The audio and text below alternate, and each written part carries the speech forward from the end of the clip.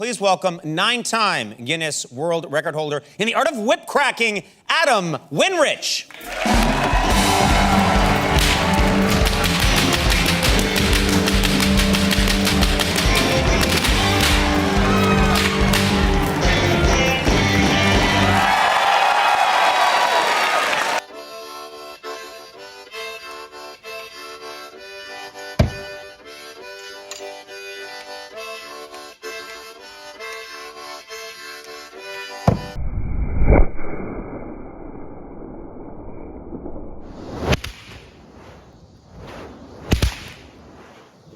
So can you tell me a little bit about how you got started? I know you said that your dad was in the Renaissance fairs too. Did you get started? Oh no, my father-in-law did Renaissance fairs, but I didn't. Okay. I'd already started doing it. My actual father, he never had anything to do with Renaissance fairs.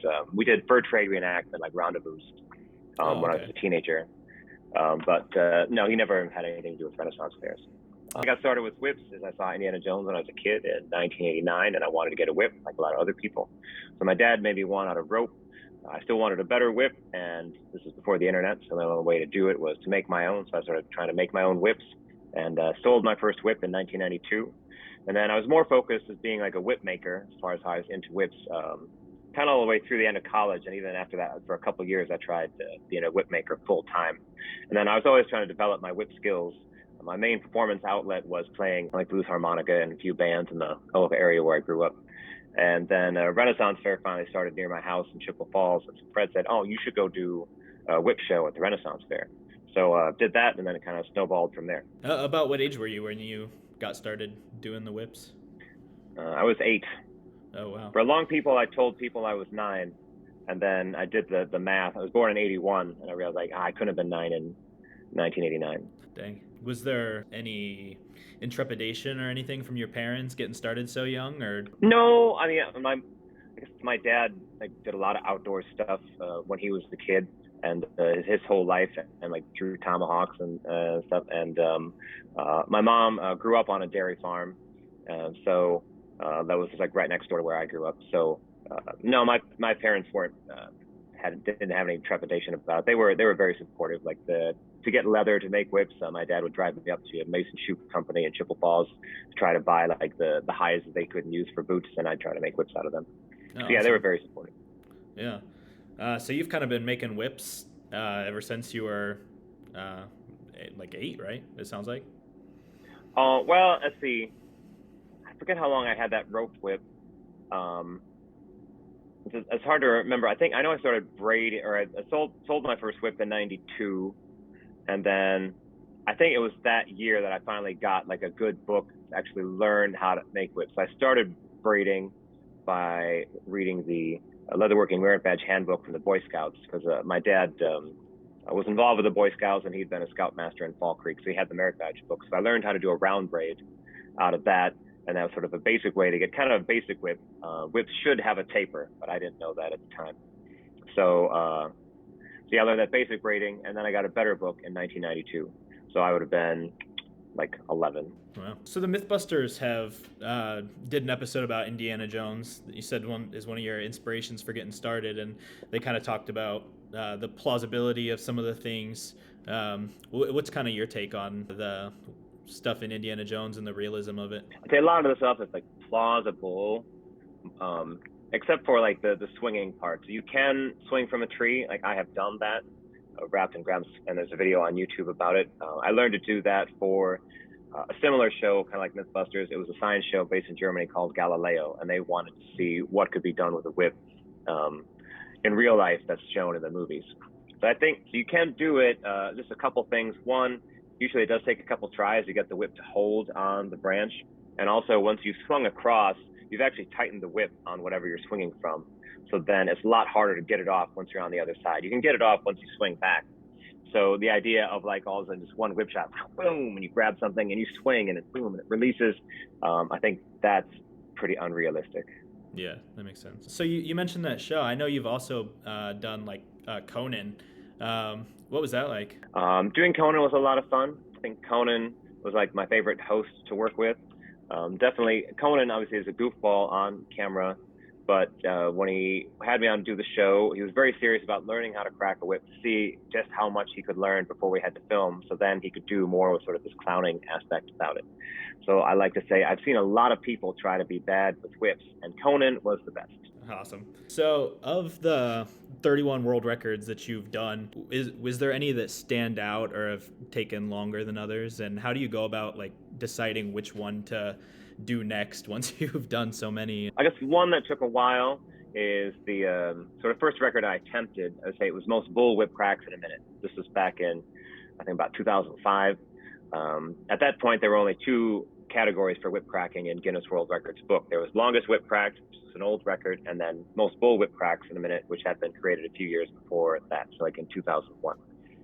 So I wasn't that interested in those Guinness World Records until the guy who originated the bull whip cracking record put on a competition in Sioux Falls, South Dakota. And some friends of mine were going to the event and said, oh, you should totally try to do it and do the competition. And we were supposed to have, if you like beat the record, you were supposed to get an official Guinness record out of the attempt. Unfortunately, that didn't go through. But the record to beat was 222 bull whip cracks in a minute, and I did like 261. So I was like blown away, and even though I didn't get the record from that attempt, it gave me the confidence to pursue other Guinness World Records. It's like, oh, this is something that I could achieve. So after that, then I did a couple other records before that. I did the longest whip crack in 2006, and I held that for about 10 years at 216 feet. And then I did a newer Australian record that had been recently created, most stock whip cracks in a minute. And then it took me a little longer to get back to finally officially getting the most bull whip cracks record. And by then I built a different whip, and I wasn't able to match the 261 at first. I had to settle for like 253. Man. So do these records get created by the Guinness World Records people, or are you able to create them? Or like, how do you go about deciding what to tackle next? Well, so first, it's both things. Some records, Guinness just will make up, I think, and then other records are created by people or recommended to Guinness by people. Like say, hey, this should be a record. For instance, I think like one record Guinness, or as far as I know, like one record that they would have established is like their latest record that I did, heaviest whip crack. I don't know. No one had actually done that officially before I did it. There were heavy whips out there, but no one had set like the record in that category to like get the certificate and be in the Guinness book. And as far as I know, Guinness may have gotten a suggestion from somebody and was like, let's go ahead and make it a record. But I don't know. If it had been suggested like someone like me, like an individual performer, then it already would have been set. So I'm the first one to set that one. Wow. And then on the other hand, so records that people recommend, I've recommended a couple to Guinness just because they sort of fit in with other types of records they have. So like the first record I recommended to them to make a record is most whip cracks in a minute with 2 whips. So I'd done a lot of 2 whip cracking, and up to that point, there had been 2 other records for like most whip cracks in a minute, but nothing with 2 whips. So I created that record, and then the only other person that's tried breaking that record is a guy named Nathan Griggs, and he's the current record holder at that one. Another record I originated was most balloons popped in a minute with a whip. Guinness has several balloon popping records, and I thought it's only natural that there should be a balloon popping record with whips. Definitely. Now, when you recommend these records, do you have to demonstrate them to be able to recommend them? Or? Oh, no, you don't have to demonstrate it, but you do have to give Guinness an idea of what the minimum should be. So when Guinness creates new records, they don't want the level so low that anybody could do it. They usually want to establish some kind of minimum. And then sometimes you got to go back and forth on that minimum. For instance, like heaviest whip crack, which I just did, no one had done it before, but Guinness set the minimum at 10 kilograms, or about 22 pounds. So then the whip I made ended up being 27 pounds. So there's some minimum standard, excuse me, even if the record's new.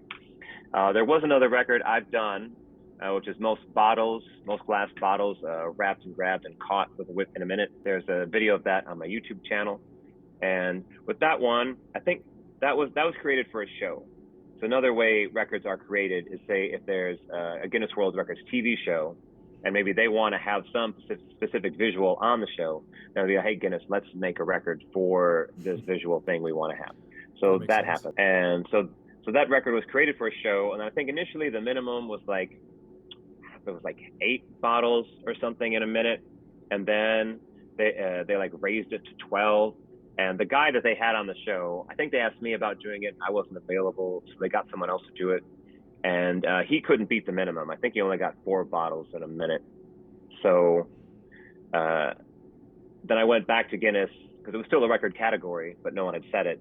I said, I think you should lower this minimum, because like you have it at 12 and the last guy can only get 4. I don't know if that 12 is achievable. So I had them lower it to like 8, and then I ended up getting 18 because I did a lot of practice. Oh, wow. I had them lower it for nothing. Yeah, I guess I didn't need to go through all that trouble. So you mentioned the harmonica. Yep. What role has music played in your life and career? And do you play other instruments besides the whip and the harmonica? And I know you play guitar sometimes, some of the shows. Let's see. For music in my career, yeah, I don't know. I mean, I play harmonica in my shows a little bit, usually at the beginning before I do the whip cracking, to kind of give people sort of to set a vibe, a different vibe than just some guy coming out there right away aggressively cracking the whip. And I think it helps people perceive me differently, because not everybody understands like what it takes to crack a whip. But usually if people can hear music, like, oh, he can really play that instrument, or if you can shred something, even if you couldn't don't know much about music, if you can play a lot of notes fast, people will be like, oh, it sounds good. He's a talented guy. So I use it in my shows that way. I would say I probably playing harmonica was more what let me know I had the sort of performing bug in it, that I wanted to get on stage. I never really had the drive to get on stage with whips, because I didn't look at it as like something, oh, you can perform that. But with music, I think everybody naturally sees that as like, oh, you learned something in music. You're going to play with people. You're going to be in front of people. You're going to go on stage, play with other musicians. So it's sort of a natural thing that you're going to be pushed towards performing with music. And then, so other instruments I've tried. I've tried a little guitar, piano, accordion, bass, bought a mandolin once. I bought a zither. I think it's bowed psaltery. I bought a bowed psaltery once. Every now and then I think like, I'm a musician, I should have play other instruments. Or at one point I thought, like when I was in college, I was playing a lot of harmonica, like an hour a day at least. And I thought, I want to be a professional musician. And I knew lots of other musicians, and I didn't know how hard it was to be a professional musician. I just thought it's a cool thing to do. And my dad's friend, who played a lot of music, he's told me to learn bass guitar, like play some other instrument other than harmonica, because there's not a lot of call for harmonicas in your typical type bands that work, like wedding bands or cover bands. Like harmonica every now and then is okay, but a harmonica led band, it's always a hard sell. Yeah. So I tried those other instruments, and I was like, nah, I just like the harmonica. Yeah, and you're great at it. So you said that the performance bug kind of came to you from the music side of things, but you were doing the whip show before you were performing harmonica, right? Were you doing harmonica shows and stuff? Yeah, so I wouldn't say, I mean, every now and then I did a little demo somewhere with whips, but I wouldn't say I created a whip show at all, until I didn't really try to create a show until I started doing the Renaissance Fair in 2006. Oh, okay. But I think I'd been started playing with people kind of after my first year of harmonica, like 16. Wow.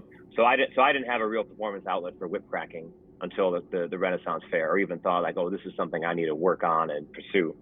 It was all just trying to play with other musicians. That makes sense. So some people hear me play the harmonica and they know I've cracked whips for a while, and they're like, "Oh, that harmonica's new. That's cool. You're getting good at that, man." They're like, "I've been doing it since I was 15. It's like 25 years now. I've been doing it a long time. If you think I'm better, it's just because I played something different than you understood." I don't know. So yeah, people's perceptions of stuff can be frustrating. But yeah, I didn't realize that. So how did those worlds collide? The harmonica and the fire whips and the... Oh, well, I suppose in part how I try to put it together, or at least with the whip cracking and harmonica playing, and try to mush that together. Some other performers would be like, "Oh, the real thing you got to do with whips, man, is you got to make it musical. You got to do it in time to music." And there was an Australian performer named John Brady who would do a real fast boom, boom, boom, boom, crossing the whips like this to the Stars and Stripes Forever. It's like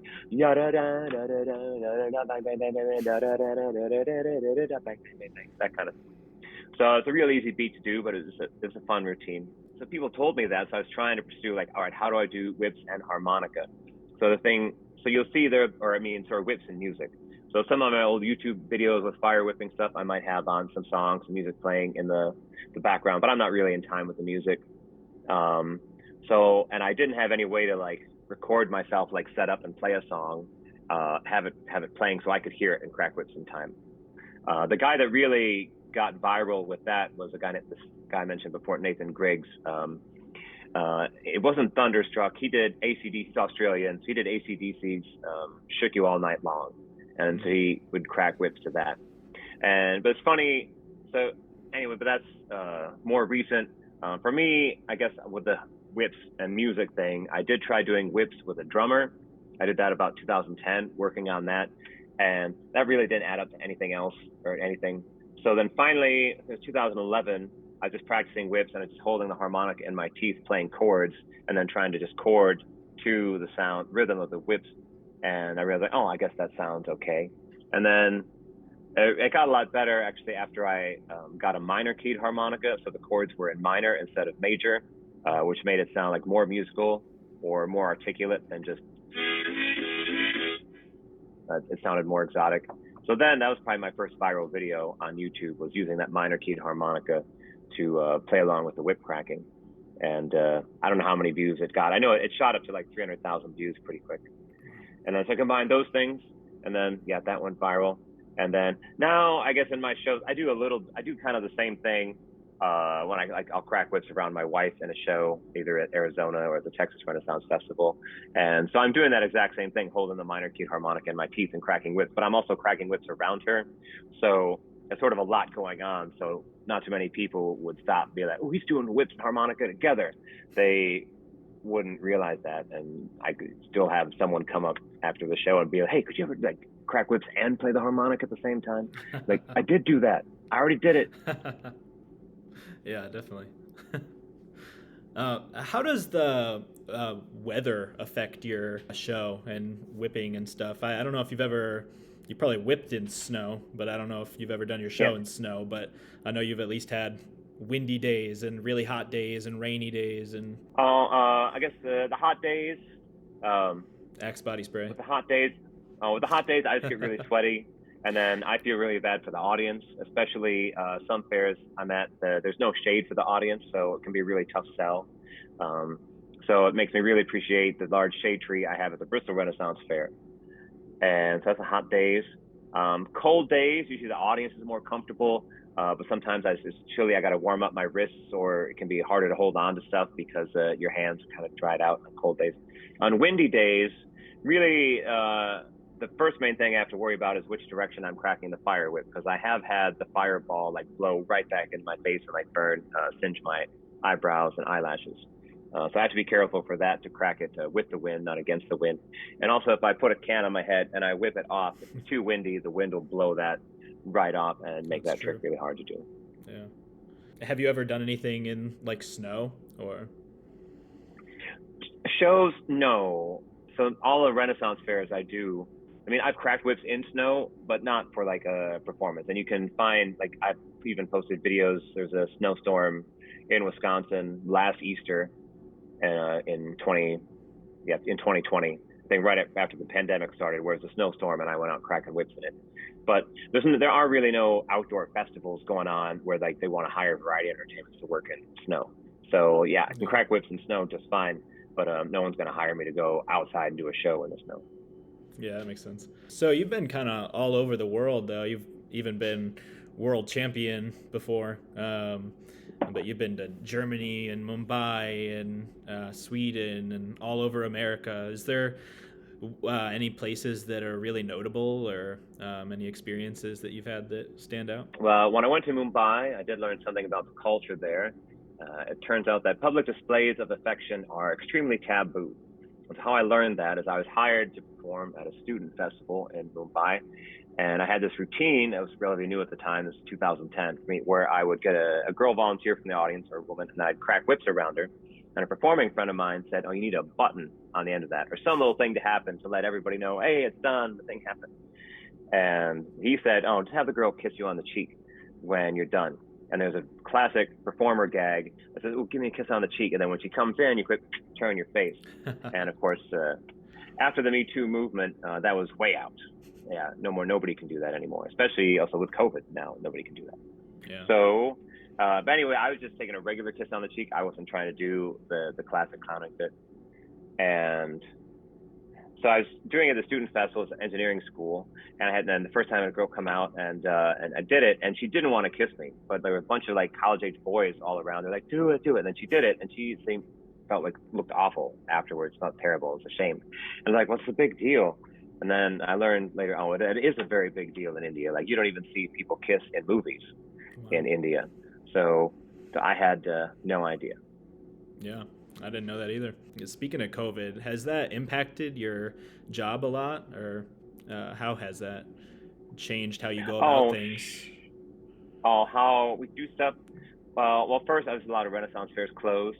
The only one that didn't end up closing was the Texas Renaissance Festival. That one was able to stay open the whole time. Are the other ones back open now, or are they starting to come back? Yeah, pretty much. It looks like everything's going to be back open now. Like, I'm in Phoenix right now waiting for the Arizona Renaissance Festival to start. And I guess if anything, we found that having an outdoor event is a lot better than any kind of indoor event. Like, you haven't heard of any Renaissance fair being like a super spreader event. I think any events we hear of being super spreaders is like some kind of convention indoors. Right. So being outdoors helps. Then people can wear masks. I'd say, I guess, when I did the Bristol, things keep changing right now. So first, everything was closed. And then the next Renaissance fair that opened for me was in Dallas, or south of Dallas. And with that one, we had a lot of restrictions as far as like what we had to do as people living on site working the Renaissance fair, like no group gatherings, like wear a mask if you're outside of your trailer, regular temperature checks, that kind of thing.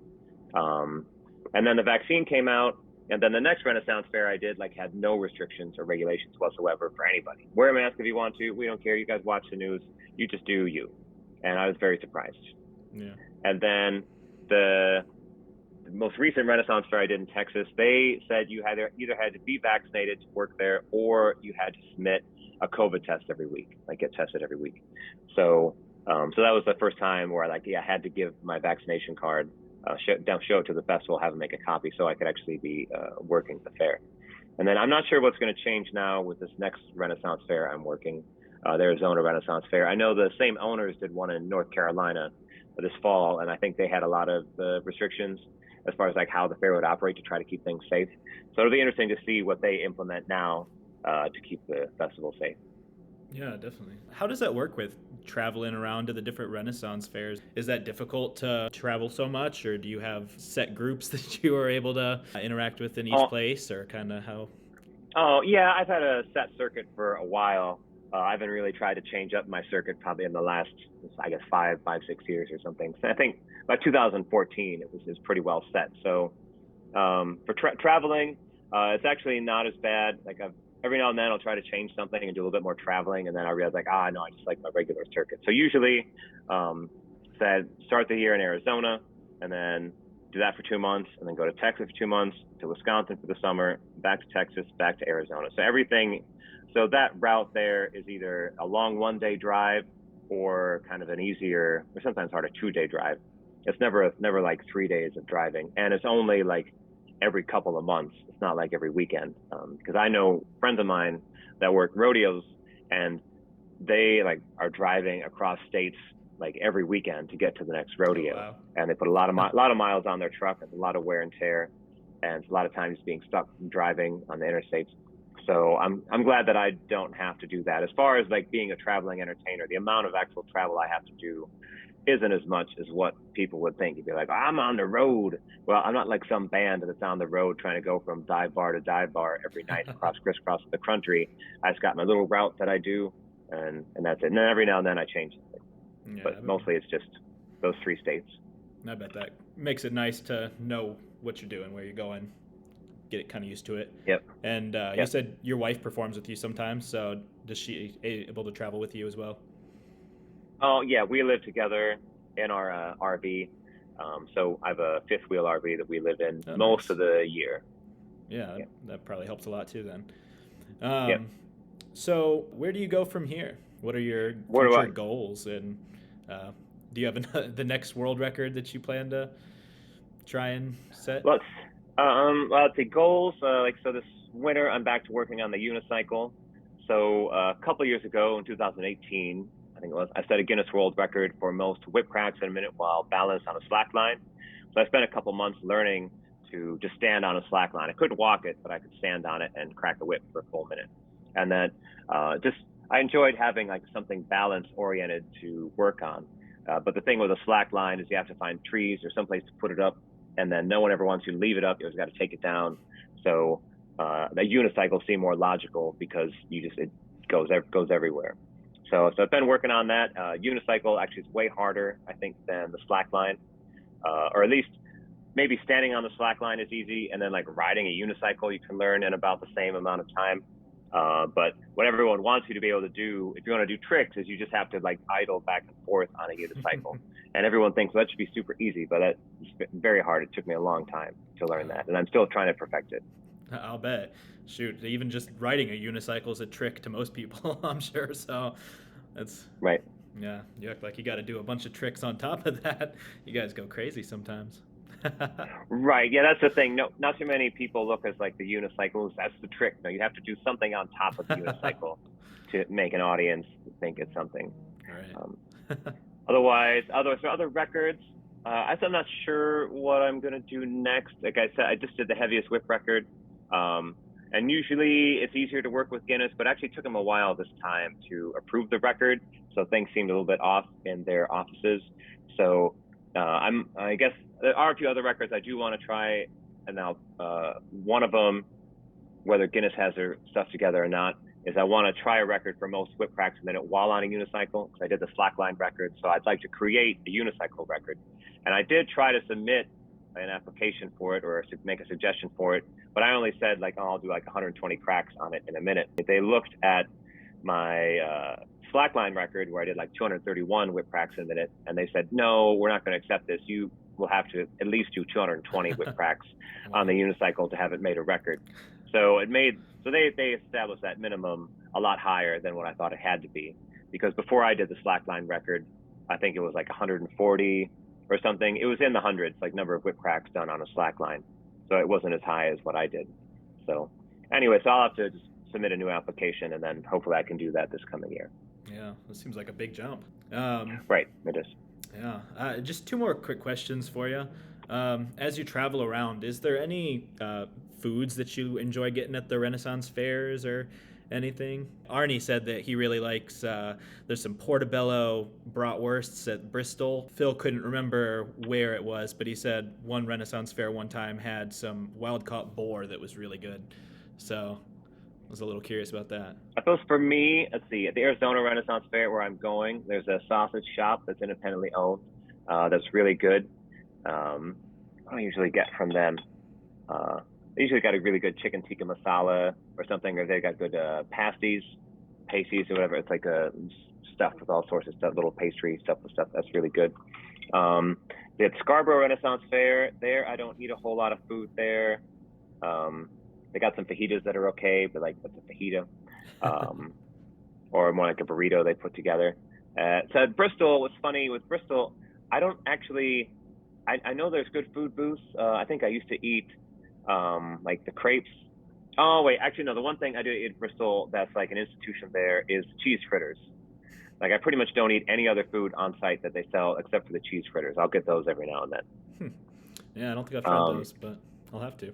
Oh! If you haven't had them, that's like I see people walk away with like I don't know 4 trays of Wow. the cheese fritters. So those are really good. With Bristol, I guess it's interesting. When I first started doing that fair, it's like, well, you got to eat during the day. What are you going to eat? So I was trying to find places to go get food at the fair, and like whatever my dietary needs or what I needed to keep my energy up through the day, I just couldn't find anything that I liked. Like I remember getting something from the mushroom booth, and so I decided, okay, I can't really at this fair. It's not working for me to try to eat fair food during the day. Otherwise, at the Texas Renaissance Festival, there's a Polish pub or a Polish restaurant right next to our stage. So I pretty much eat there every day. I either eat the kielbasa, or they've got something called a combo plate with sort of a bunch of Polish food. There's some kielbasa and some I think it's bigos, like it's cabbage roll, and there's pierogies and a few other things. So usually some sauerkraut, something like that. So that's pretty good. Sounds good. And the last question, I like to ask everybody if there was ever a time that you got bullied, and if you have any advice for kids who are going through that. Yeah, I did get bullied a few times. I would say it mostly would have been in middle school into like beginning of high school. I think I got picked on a bit, and I was thinking about it. I suppose mostly I just sort of stood up to them. I don't know. I realized these guys weren't much bigger than I was, and they were just giving me a hard time, and I just got sick of it. So a couple instances, like in middle school one day, like some guy just pushed me for seemingly no reason, and I just pushed him back. And then we both got detention for a day because it was called fighting. I did football, or tried doing football, I think in middle school, and some kid was just like talking trash about me, and I don't know why. So I overheard him, and I just pushed him over, and I was like, knock it out, or cut it out. And then another kid that bullied me, I remember this, we were like, I was leaving gym class, he was coming into gym class 2 lines, and I saw him coming, and I sort of ducked down. As soon as he got next to me, I popped up and bam, hit him on the shoulder really hard. And then we just sort of stood there for a second, and he seemed like he was having the time of his life. We were just standing there just punching each other just in the shoulder, because neither of us really knew how to fight. And teacher walked over, like, you guys fighting? We're like, no. And then we left. And it seemed like that's the only interaction he wanted to have. He just wanted to have somebody, some people have different ideas of what social interactions are supposed to be, I guess. And they just want to have that sort of tension or roughhousing going on. So I don't know. I try to see the best in people. I don't think any of the kids bullying me or picking on me were like that malignant. I guess I was thinking too with bullying as far as advice. I felt like things, I guess, got better for me as I got older. I think I was playing the harmonica more, so I had like some other community I was getting out into and meeting other people and making new friends and getting a better sense of myself, like building my own confidence. Like, oh, I'm going to get on stage and play this harmonica. So it's kind of improved my self-confidence. And I also did cross country running the last 2 years in high school. So that was just regular exercise I was getting. So it sort of improved my physical fitness and also gave me another group of people to hang out with. So I had that sort of little small community of support and also something to build my confidence. And I would sort of think that those two things kind of helped change me a little bit as a person, or how people would just perceive me just walking around. As long as he's more confident, we're not going to pick on him. So I guess that would be my advice, is try to have some hobby or a sport that's physically active, whatever you're able to do, and then try to find your community of people that are interested in stuff you're interested in and build friends that way. And that should hopefully help build you into a person that people look at less as a victim. And then if you watch this, leave a comment what you think of Jacques the Whipper and Aaron Bonk. The 2 other fire whippers in the scenes of the Renaissance. Some of them may be coming to a Renaissance fair near you. Yeah, and by your Ren Pop, we got. Oh, yes. I don't. You got to win this competition. Right. Yeah, but I like the Ren Pops, and I guess we'll see how the competition goes. I'm aware that I'm competing against Jacques the Whipper, or Jack Lepyard, who lives in Boston. So he's been doing whip cracking a long time, but he mainly works for NPR, or I think it's WBUR is the name of the radio station where he does news. And then occasionally he does performing, like he works King Richard's Fair in Boston. But now he's on TikTok and it's blowing up a lot. He's got a heck of a lot of views on a lot of his videos. So I think it's made him realize that there's probably a bigger market out there for his brand of performing than he thought there was. So he even gets comments on his videos where people will mention fairs where I'm already working. And they'll be like, come to this fair. I think someone's like, come to Bristol. And I get it. I'm kind of an intense figure or personality. And like my goal was try to be, I guess, a badass, or I want to be good at stuff physically. And Jack's more goal is like, I'm going to be cute and funny and like dateable, I would say. And I know for some people that come to Renaissance fairs, I need my performers to be dateable. And I don't always come off that way. Yeah, well, you got the Axe body spray, so that's That keeps them around. Yeah, that's not dateable. Nobody wants Axe body spray. That's more of a joke than anything. No one's ever like, ooh, that Axe. Ooh, I like that. Cool. Well, I appreciate your time. All right. Thank you. Have a great rest of your night. Yep. You too. Bye. Thank you so much for watching, guys. I'm Zach. Don't you do crack. Hit like, subscribe, comment, all that other crap YouTubers say, and I will catch you in the future.